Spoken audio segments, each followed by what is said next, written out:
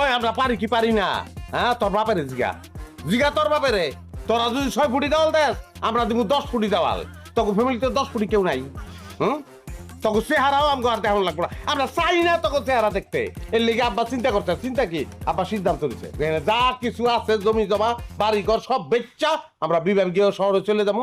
অনেক গিয়ে আমরা একটা বিল্ডিং দেবো, 20 তলা বিল্ডিং, নামও ঠিক করে ফেলাইছে বাহাদুর টাওয়ার। 20 তলা বিল্ডিং, আমরা থাকবো। যাবি তোরা মাঝে মাঝে যাবি, দাওয়াত দেবো।